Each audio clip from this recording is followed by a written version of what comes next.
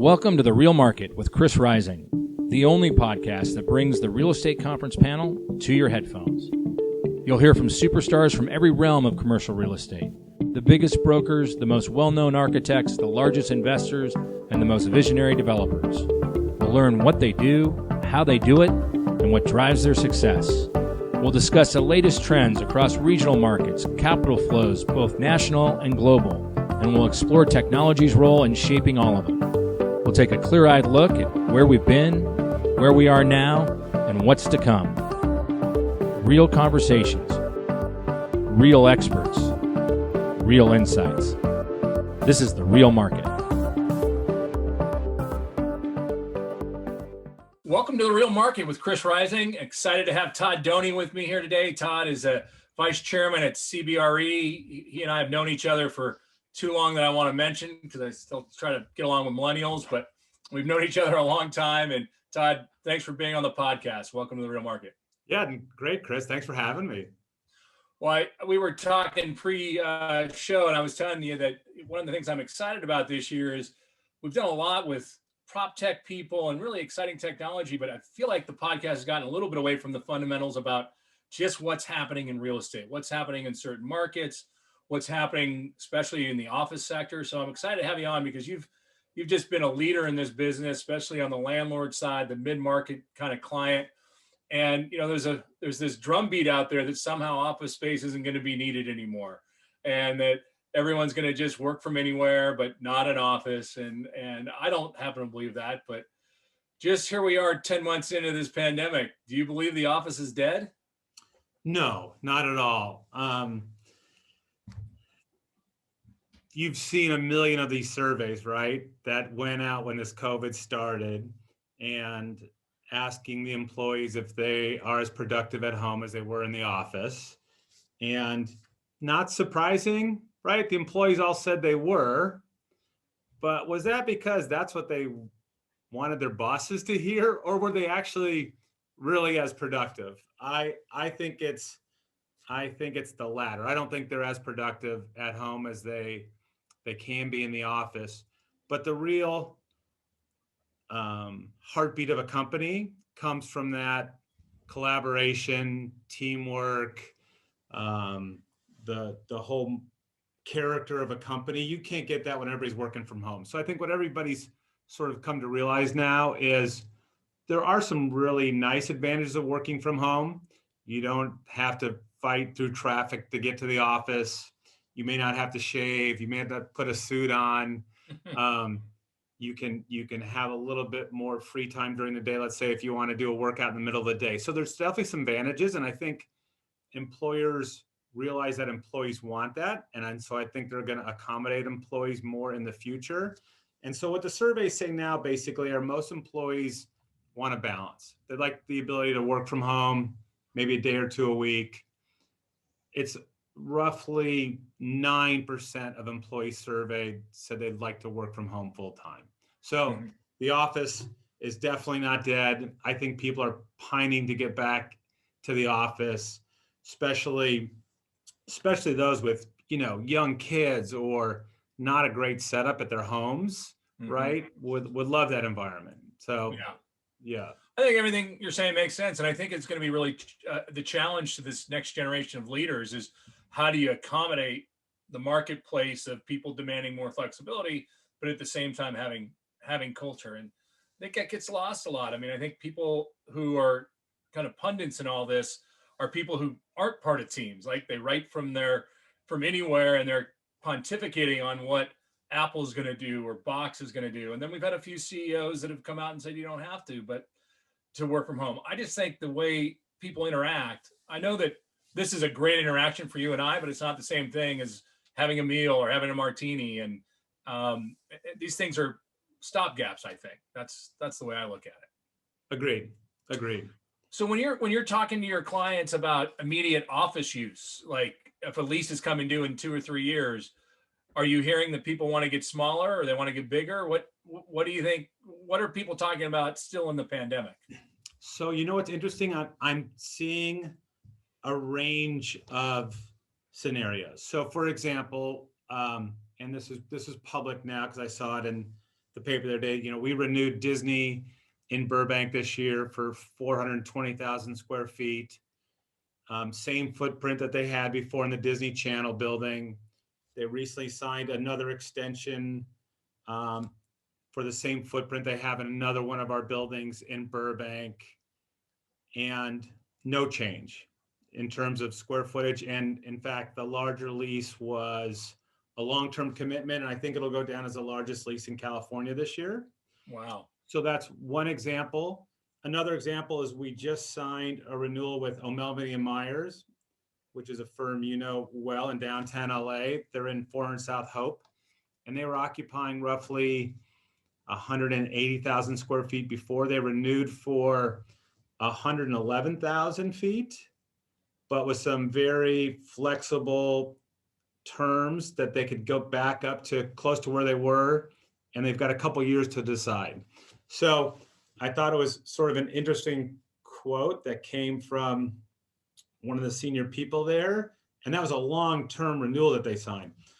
But the quote was basically, don't let the opportunities of a disaster go unrealized.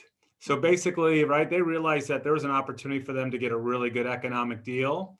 And once we provided them with the flexibility to sort of contract and grow, so they don't need to make a decision today about what their space is going to look like or how much they're going to occupy. They just know they got a great real estate deal today, and they've got basically a couple of years to figure out, how much space they really need. They got a significant tenant improvement dollars, so they can sort of figure out if they're going to redo their space, which I think they will, how they're going to redo it. So I've seen both ranges so far. Wow. Well, you've just mentioned two fairly big tenants, Disney and O'Melveny, and I know there's a lot of people who listen to this who want to understand, how do you get to the point in your career as a broker to represent those kind of tenants? Why don't we take a second and just kind of go back and talk a little bit about your career and how did you get into brokerage, and when did you know brokerage was going to be the career as opposed to just a stepping stone? And why don't you let us know a little bit? So I grew up in San Marino and went to San Marino High School. My dad was in the real estate business. He was selling mobile home parks. So as a junior in high school, I was pretty naive about colleges, really didn't know what I wanted to do in my life. I thought maybe I would go ahead and major in real estate. I was a fairly average student. So I did a little homework on schools that had real estate degrees, which were, at the end of the day, Boulder, University of Colorado Boulder, Arizona State, San Diego State all had real estate programs. So I applied to those three. I got into all three of those. And then I went to visit Arizona State with my father. And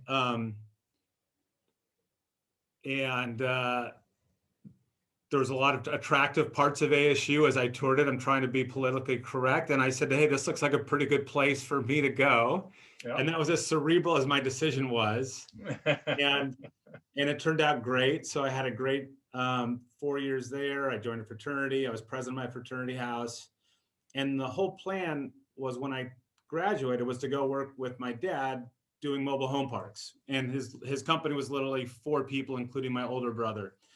And right at graduation, my older brother suggested that perhaps it'd be better if I went to work for a large company first. Otherwise, he said, you're just going to get your father's opinion of life, for your whole life. And that was actually some pretty good advice. Yeah.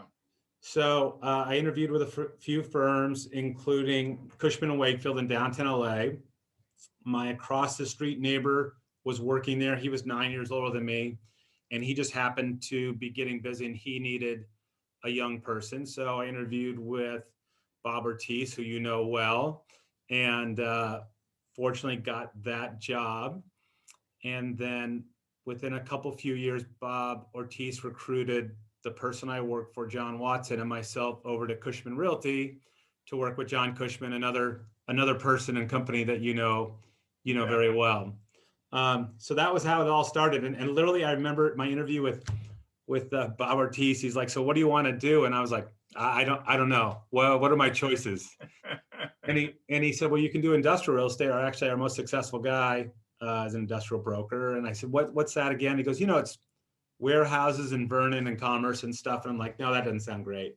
And he said retail. I go, okay, what's retail again? He said, it could be a Nordstrom's or a yogurt store. I'm like, no. Because or commercial, right?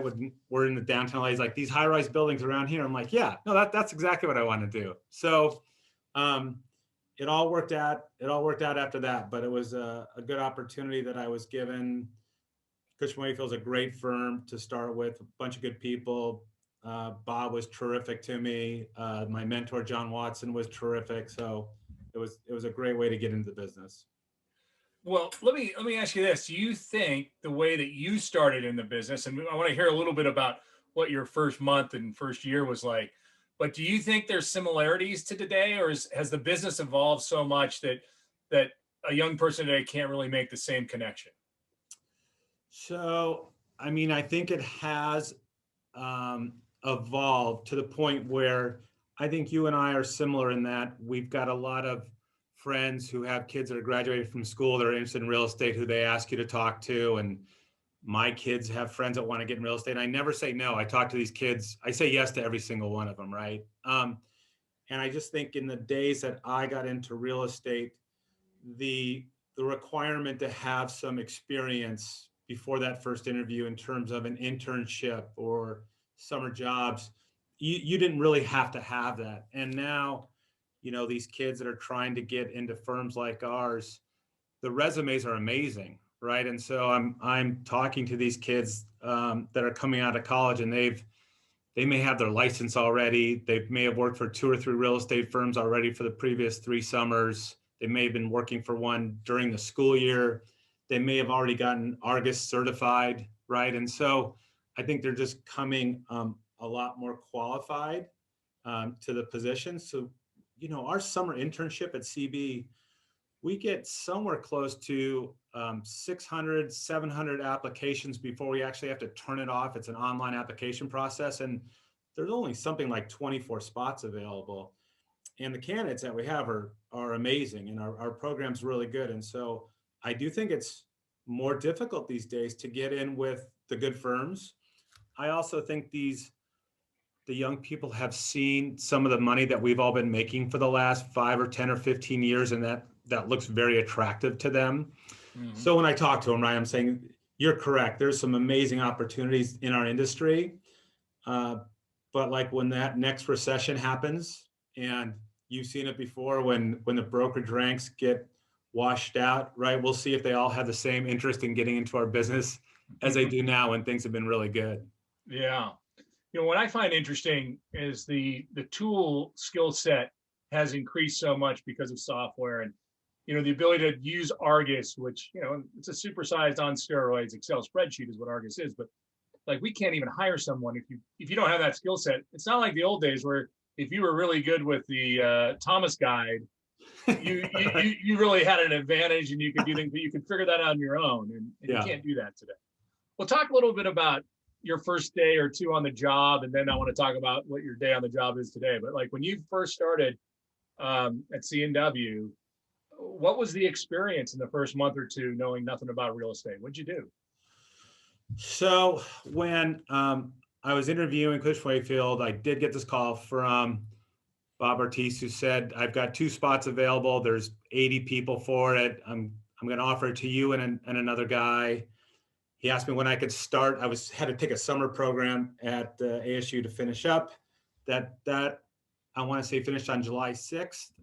I was thinking about maybe doing that summer Europe thing that a bunch of people do when they graduate from college. So I said, well, Mr. Ortiz, how about, let's see, July, August, how about September? That'd be a good time. He's like, no, if you want the job, you got to start July 9th, which was the following Monday. And what he had me doing was they had just taken on a listing out of Monterey Park, the LA Corporate Center, and there was a trailer there.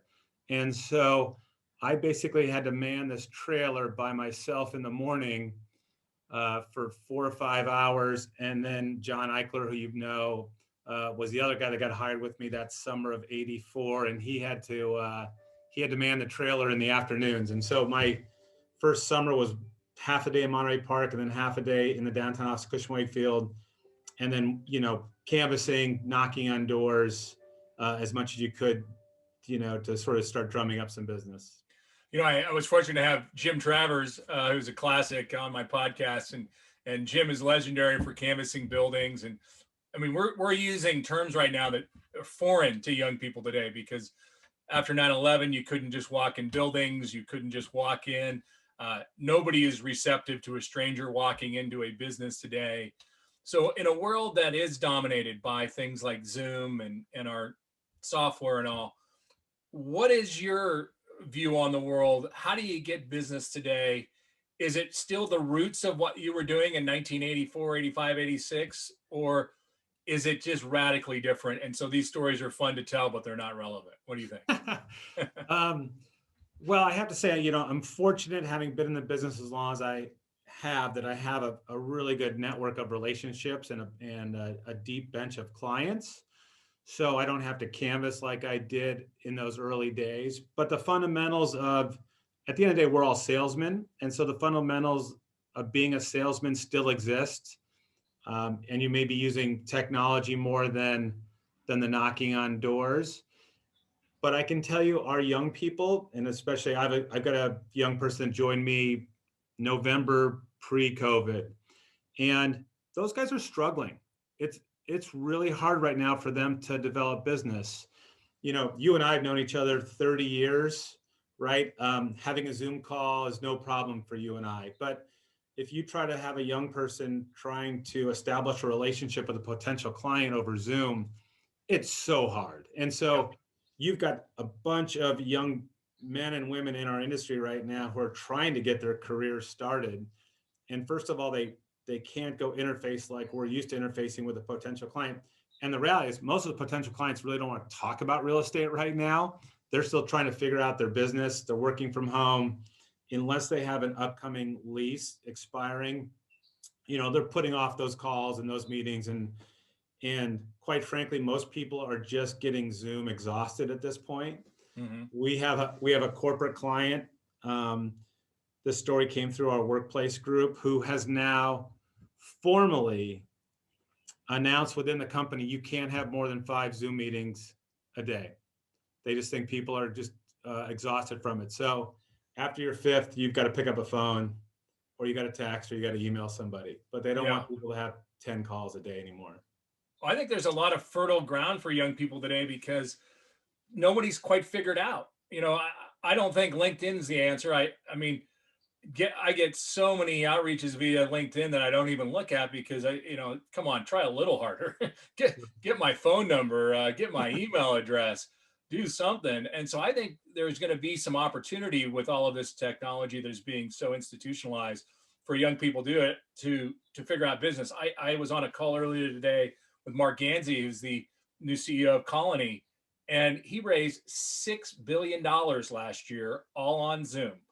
But it wasn't like this. They put together investor tours. They get the engineer with the GoPro, and they made it an event. And I was so impressed with hearing Mark talk about the world. And I'm not saying that every young person should be doing something like that, but they're going to come up with things, because there is a new interaction. And I think it's going to be, even when the world does reopen and the fear factor's gone, and we're interacting, there are going to be parts of this that we just stick with because it's easier. So, I'm anxious to hear how the brokerage firms do it. One thing I was excited to have you on, because we've been friends a long time, and I've admired you. And when I left brokerage, I mean, I don't know if I ever told you this, you were one of the reasons I said, I don't think this is right for me, because I always got so tied into whether this was a good deal or bad deal. And this, you were able to do it, but you had these friendships and these relationships with clients that were so much deeper than I felt I was going to be able to do as a salesperson. And I think that's a lot of what your success is, that people really trust you. You've had this ability to be friends and also articulate, what's as a counselor. Was that something you think you were just born with, or did you watch mentors who you said, oh, this is how they're getting business, I need to emulate them? Yeah. Thank you by the way, that's a nice compliment. I would say probably one of the bigger influences in my life was the same guy you and I both worked for, and that was John Cushman. Mm-hmm. I had thought I worked hard before I started working for him, and then you saw the way that he worked, right? I mean, John was basically 24/7, and I think that instilled a lot of good practices for me in the business. And you do realize as a broker, right? You really only have sort of two things that you trade on, and that's your knowledge and your reputation. In our business, reputation's everything. And so I tried to be really, really smart and learn the business, kind of like John would have taught us, in all the different disciplines. Um, and then, you earn a lot of trust with your clients um, on assignments when perhaps some brokers would say, "Hey, that's a good enough deal. Let's get it closed." And in those couple of instances when you counsel your client, that you tell them, "You know what, I don't think we're there yet, right? I think there's a little more to get."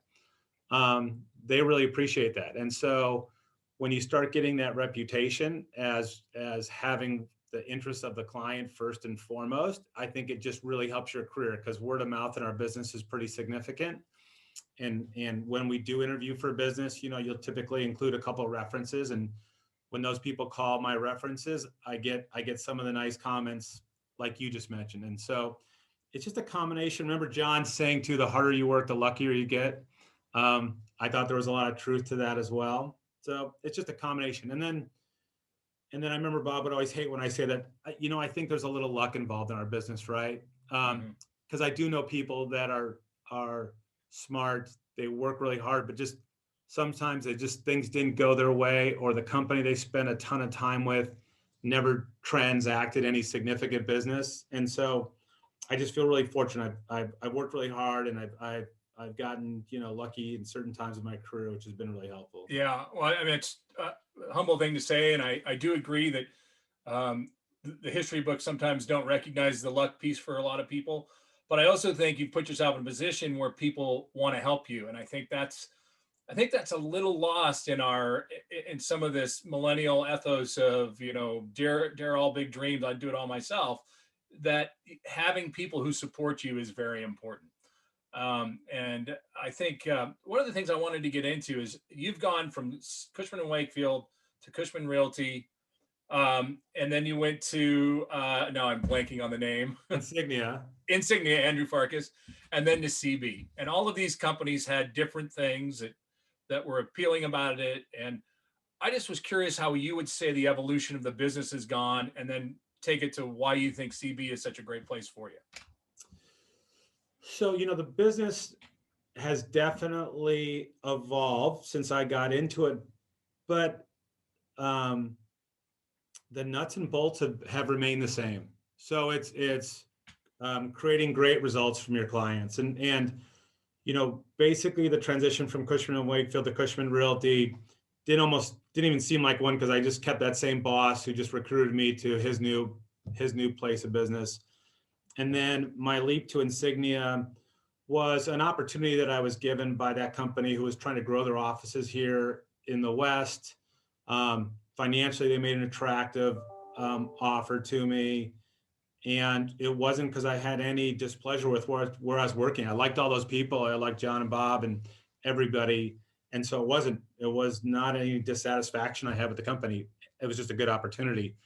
And then when CBRE bought Insignia, I actually spent some time. I didn't actually think I wanted to work at CBRE, so I was going to start my own company. And I actually cut a deal with Jim Thomas to start my own company. He had acquired City National, the old Arco Plaza project, and he was going to office my company within his space, give me that listing, share some third-party revenue. So we were actually starting to document that new company. And then CB again sort of made me another attractive offer to stay there. And it turned out to be a great decision. I think CBRE is a fantastic firm. I love our management. Um, when I first got in the business, my perception of CB was just sort of this big, slow moving behemoth where guys just put their leasing signs in front of a property and waited sort of for the phone to ring. And I think it's evolved so much since then. I think a lot had to do with some of the acquisitions. So when they acquired Insignia, which was the Edward S. Gordon Company, basically out of New York. That group had a much more aggressive style of business that was so much different than sort of the California brokers mentality of business. And I just think that aggressiveness bled through the whole company and was transformative. I think it was fantastic. And then the acquisition of the Trammell Crow Company, again, another line of business that's been fantastic for us, that also came along with some fantastic executives. I mean, if you look at our senior leadership now, it's basically, Bob Solenik, Mike Lafitte, these guys are all legacy Trammell Crow people. So our company now, I think we're close to 90,000 employees or something, and led by a bunch of terrific people, really good management. They're giving us all the tools. They're spending a ton on technology. They continue to acquire companies and good people. So it's been a terrific move for me. Well, I don't think the CBRE has gotten the credit it deserves for the fact that you digitized all of your workflow several years ago. So when the pandemic hit, it wasn't like people had to go in the office and take things off fax machines and do that. Your company was digitized and ready to handle a work from anywhere strategy. And I give Lou Horn credit. I give the senior leadership from Trammell Crow credit, but I also give credit to the more senior brokers who said, we're going to do this and we're going to do it this way, because it's allowed you to have great success over the last 10 months. Well, I got to tell you, when I give Lou Horn all the credit, right? Because when he came up with this sort of free addressing concept, it's hard to believe it's probably been 7 years ago or so. And we started socializing it and then looking for space to build out. And I was going to lose my, 400 square foot corner office, and then have to sort of share space if I was out of town. And I think I might have even told Lou at one point, this is going to be a career-ending decision that he's making right here, right? This is going to be horrible. And he had all kinds of threats of people that were going to leave if we did it. And he pushed through and he did it. And it turned out to be fantastic. And our downtown LA office ended up being this amazing showcase. And the amount of visitors, clients, other real estate firms, lawyers, architects, furniture people that were coming through our space looking at that new model, it was fantastic for our business. Fantastic. And so that became the model that we rolled out across the nation. And actually, Lou is now studying, because a bunch of our offices in LA expire in the next few years. And Lou's already thinking about, hey, what's the future look like? And what are we going to do next time? Yeah, it's an interesting question. The future of office. I was listening to a podcast with Tim Cook, and he said, the reason they did the spaceship was they wanted to meet every need a person would need, not just a place to work, but a place for spiritual, for meditation, for working out, a place for their kids to have daycare.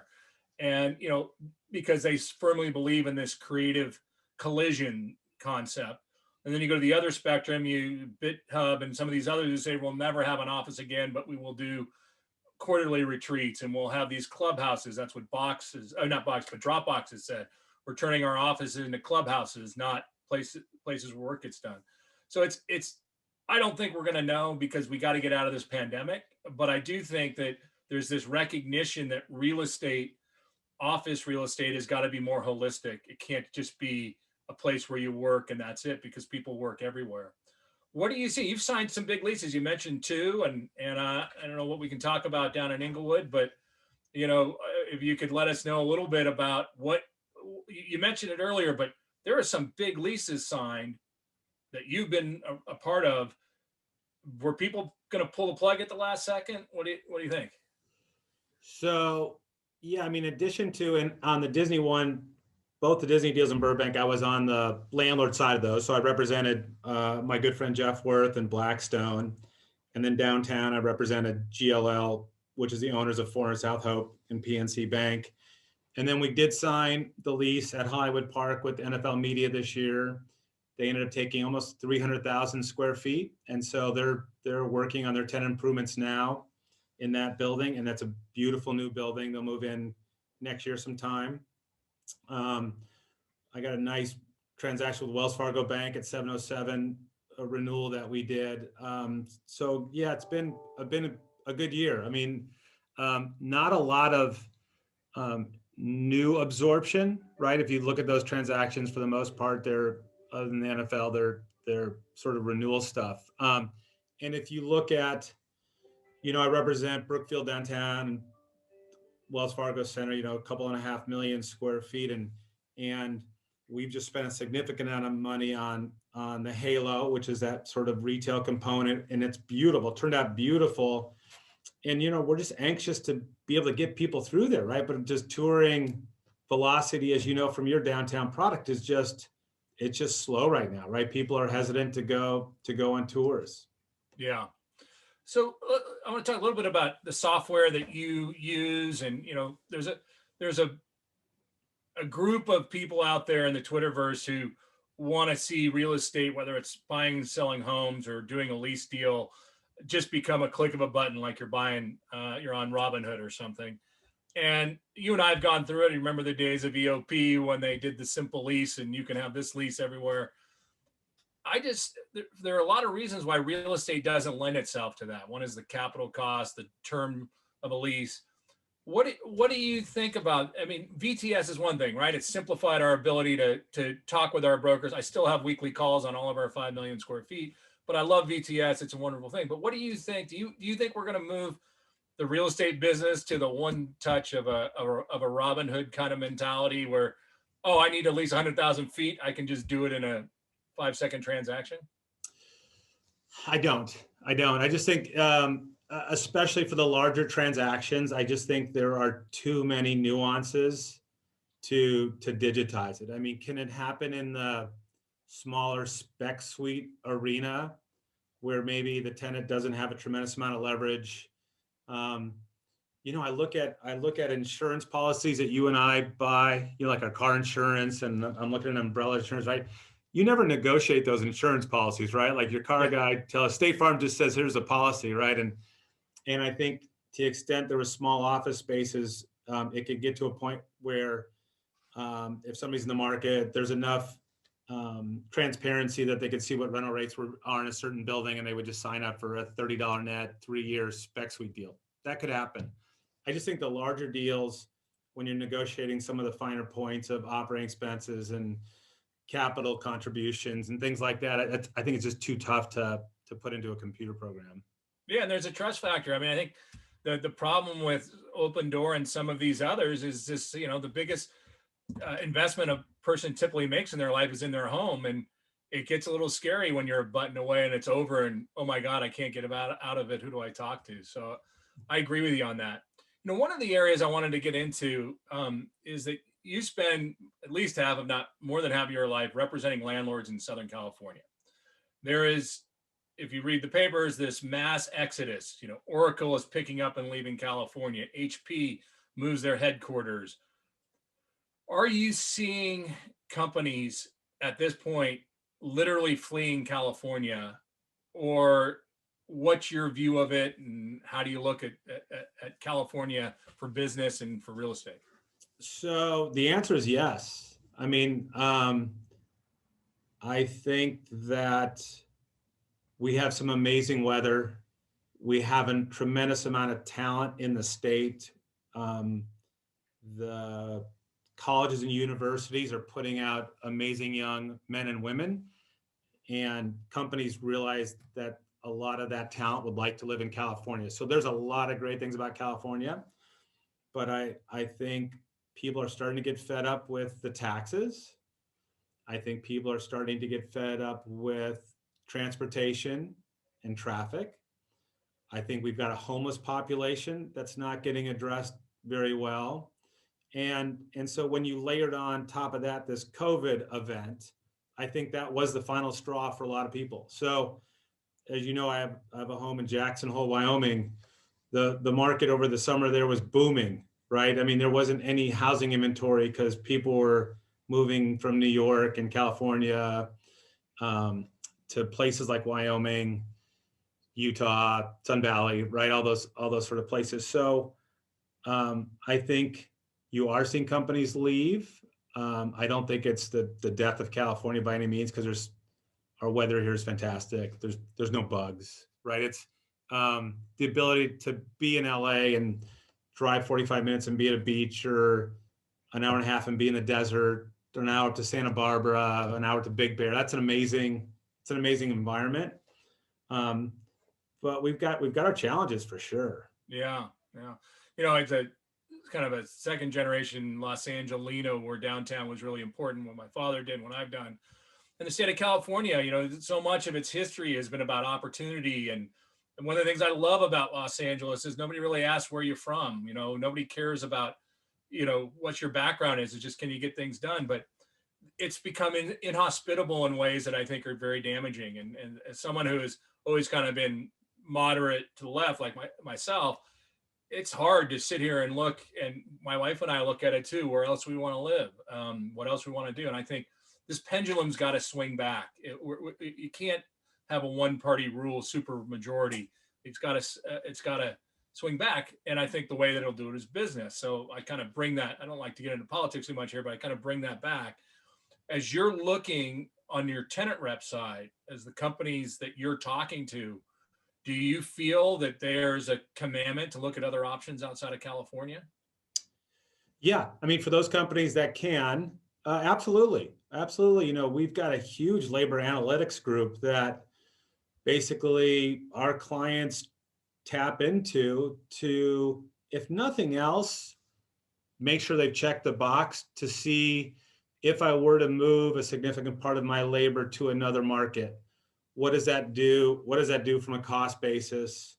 Our labor analytics group can also tell you, if you're looking in Tulsa, Phoenix, Reno, they can tell you, after some simple questions of the type of labor that you're going to be relocating there, how deep that market is for that labor, who you're going to compete against for that labor, and what that cost, that labor is going to look like. And so a lot of our clients who have people that they can relocate, they'll look at that and they'll see if that makes a difference.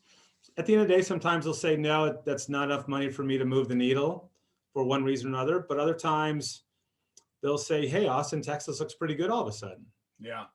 Well, I think one of the scary things for the state has been HP didn't really move any people. They just moved their headquarters and where the tax base was.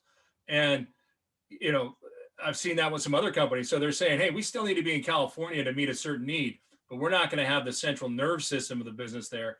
And what I think people don't quite remember is, a lot of civic and charitable things are driven by companies that have their headquarters there. And if we're going to continue to lose, the Los Angeles in the 1970s, 80s, the First Interstate Bank, and you go through all the big companies, Arco and all that, they're gone. And then they're not people given to the charitable causes and all that stuff. And I think we forget that. Huge, Chris, huge. You could create this list of downtown LA: Security Civic Bank, Arco, Pac Bell, LA Times, Unical, right? These guys were all huge supporters of the city, and it really hurts. Yeah, it does. And so I think we got a lot to deal with, but kind of flipping back to CBRE and the things that you're working on. Here we are in January of 2021. You set your annual business plan and you kind of look at where the world's going. Give us your no one's ever going to be right on these predictions view, but what do you think is going to happen over 2021 as it relates to real estate in California? So, and I'll be sort of LA specific probably in my comments, as opposed to sort of California in general, let's say. Our vacancy's been ticking up, right? Our fourth quarter numbers will come out shortly. You're going to see the vacancy again increased over the third quarter. Our sublease reports, right? We've been tracking sublease space since this pandemic started, and it's been a significant increase since the beginning of the year. The good news that people see is that it didn't really increase in December. So the good news is we might have topped out on that sort of component. I still think LA is a fairly healthy market. We have maybe 7 million square feet under construction, which isn't a lot on a 200 million square foot base. And a lot of that is pre-leased. So from the supply side, I don't get too concerned.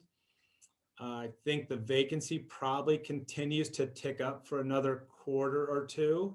Our econometric advisors group has been doing a number of different scenarios, and sort of our baseline scenario is vacancy peaks sometime in the next quarter or two.